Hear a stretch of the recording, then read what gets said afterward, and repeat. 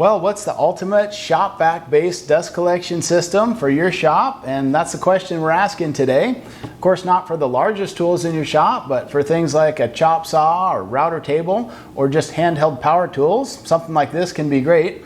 Today we'll start by assembling this larger unit, and then we'll take a detailed look at both units, including this one with an add-on separator. Now the smaller one I've been using for a little bit, but this one is a 10-gallon, 5.5 horse. Let's get into that, see what that looks like. I'm guessing some assembly may be required. Looks like it's basically all there. Just maybe need to add some wheels and a bracket or two for the accessory pouch. Oh yeah, there's some goodies in there. So we'll go ahead and get this thing knocked together, and then we'll compare it to my smaller Dewalt Stealth Sonic shop vac that actually has a dust separator attached. And wow, that does look like a lot of parts for a shop vac, but basically all you have to assemble is just 4 of the wheels and 2 of the brackets for the accessory pouch. And this style of caster mount actually proved very helpful for my dust separator setup that we'll see in a minute. And I think after this one I can go ahead and mount the brackets for that accessory pouch. Okay, looks like those mount right here. I'm surprised to see those have through holes into the canister, but I guess that gets closed up pretty well when you add the screws. And it looks like you just drive those fasteners from inside the bin, no big deal. So this arrangement I think I will like better than my 6-gallon version, because the other one just kind of came with a loose bag and I never knew quite where to put it, but I like the fact that this attaches to the bin and you can just toss your accessories in there. And I do recommend installing a filter bag right away, whether you're going to use a dust separator or not. You know, I'm curious if these are the same dust bags as my 6-gallon. DXV A19. I'll have to pull one out and check. Those just simply slide over the port, wrap it around where the pleated filter will go, and you're good. And here's one that came with my 6-gallon Stealth Sonic. Let's see what that one says. Yeah, DXV A19. So they actually use the same filter bags for a 6 or a 10-gallon bin. That's good because I've already got a bunch of those. Now these do use proprietary filters, and one thing I like about them is they have a twist lock on them, so when you install them they stay nice and secure. I wondered if the old rigid shop vac filters would fit, and they don't, but on the bright side these actually aren't any more expensive to purchase than those old school versions, so I think that's good. And plus with the dust separator options I'll be showing you, you won't have to replace a filter hardly at all. So just pop that on. It's kind of a friction fit to start, and then just a twist lock. Nice. And the size of this may not be evident just sitting by itself, so let's line up a couple shop vacs and dust extractors just to compare them. So I guess these are a little closer in size than I was thinking, but this is my 10-gallon extractor, and that one's certainly seen its share of use, but this one is my 10-gallon, 5.5 horse. It's basically set up as a regular shop vac now, although you could add a separator to this one. And then this is my 6-gallon, 5 horse, and that one has a kind of a dust separator built in. It's got the Kreg separator on top, and I like that that just is one compact package and it rolls around. So we'll spend a little bit of time talking about whether it would be better for your shop to go with a smaller unit with separator versus just a larger, more conventional shop vac. And hey, if this topic is speaking your language, consider subscribing to The Thoughtful Woodworker. I'd love to have you on board. Of course, these won't replace having a larger dust collector in your shop for the big tools like the table saw, planer, and jointer. But for all your smaller power tools, these can be a great option. Maybe my wife's right, and I do have too many dust collectors. And now I got a dust cobra on order. I think it's getting worse, not better. I just have so many things that make dust, like my chop saw. And I think the 10-gallon shop vac will get that assignment because the old rigid version was getting tired and it was never all that effective in the first place. And it looks like that 1 7/8 inch hose is going to be a perfect fit on the chop saw. I like it. And of course my router table, and by comparison with the chop saw, this one I think produces quite a bit more dust and chips. And that's the tool station that's been so effective with my smaller shop vac and dust separator.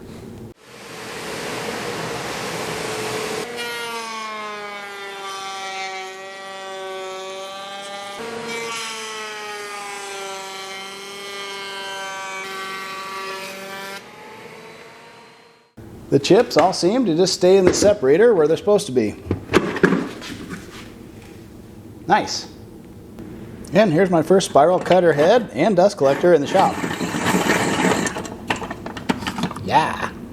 And now for the part I really wanted to get to, my rationale for choosing one of these two styles of shop vacs, either a smaller version with dust separator attached or a larger version to use in a more conventional way. Either way, I'll put links in the description with specific model numbers if you want to check them out, but let's take a look at these, starting with the smaller version. So why might you want to opt for a smaller shop vac with a dust separator attached? Well, simply to keep the filter clean for longer. After all, the chips and debris are not going to go into the shop vac itself anymore. They'll just go into that 5-gallon bucket below your separator.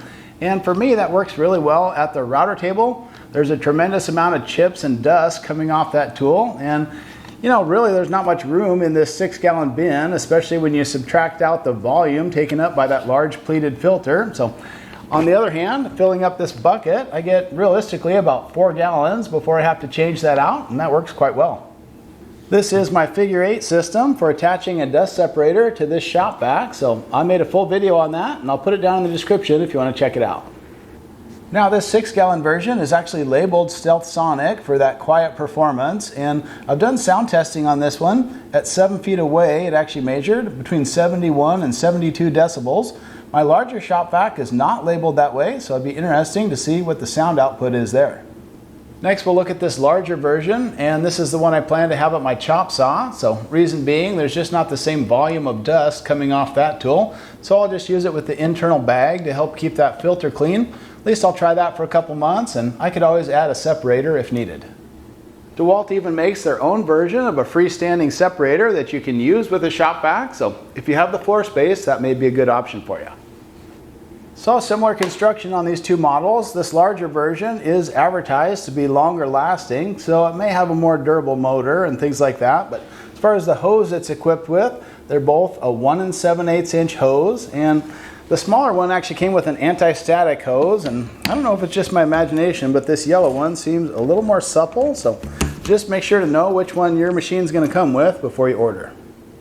In the end, I guess you could always upgrade to an anti-static hose if yours didn't come equipped that way, because it uses that same click lock fitting. This larger version gets the clear win if you like to use your accessories much, because I think that storage area is a little bit better than the loose bag on the smaller unit. So just a seat of the pants sound check here, comparing the one that I've been using, which is that 6-gallon 5-horse, the new one at 10 gallons and 5.5 horse, or my outgoing version. This is an old rigid that I've had for years, and it's time to go. This one was rated at 6.5 horse, so let's take a listen. This one I've already tested, and it was about 71 decibels at 7 feet away. This one I know is more like 80 or 81 decibels, and I'm using that 7-foot distance because the hoses are only 7 feet long, so that's kind of your best case scenario. Let's listen to all of them, and then we'll get a sound reading on this one.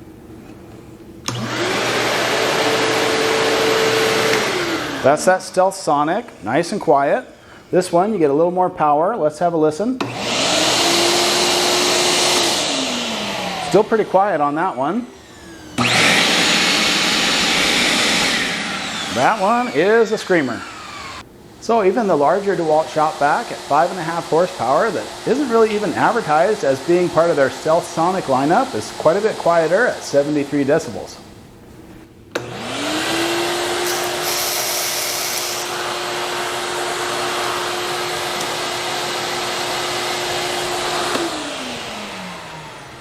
And if you use that internal bag, the pleated filter will continue to stay nice and clean. Like those nice sturdy latches too, very secure. So ultimately, which one of these options you choose may just depend on the type of tool you're setting it up with. So tools that generate a lot of chips and dust, like my router table, I think to add a smaller vacuum with a dust separator, and that's been working really well for me. On the other hand, if you want to just do some general shop cleanup or hook it up to a tool that doesn't generate quite as much dust like a chop saw, you may just be better off with a larger version vac and just no separator at all. So either way, drop down to the description box. I'll have all my links for you as well as some video resources. Thanks for watching, and we'll catch you next time.